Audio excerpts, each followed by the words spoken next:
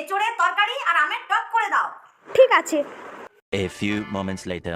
করতে বললেন তো এঁচোড় কেমন করে কাটতে হয় আমি তো জানি না, আপনি একটু আমাকে কেটে দেখিয়ে দেবেন কেমন করে এঁচোড় কাটতে হয় মা?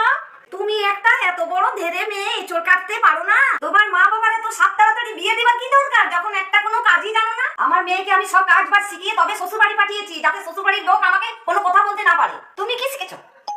এই দেখো আমার মেয়ে বলতে না বলতে ফোন করেছে, বাড়ির সমস্ত কাজ বাজ সেরে তারপরে ফোন করেছে। তোমার মতো নয় যে মিনিটে মিনিটে বাপের বাড়িতে ফোন করব।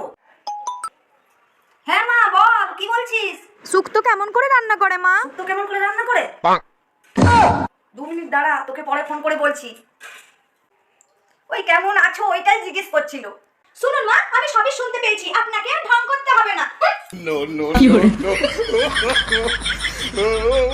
টাইপ করতে শিখেছি, টাইপ করতে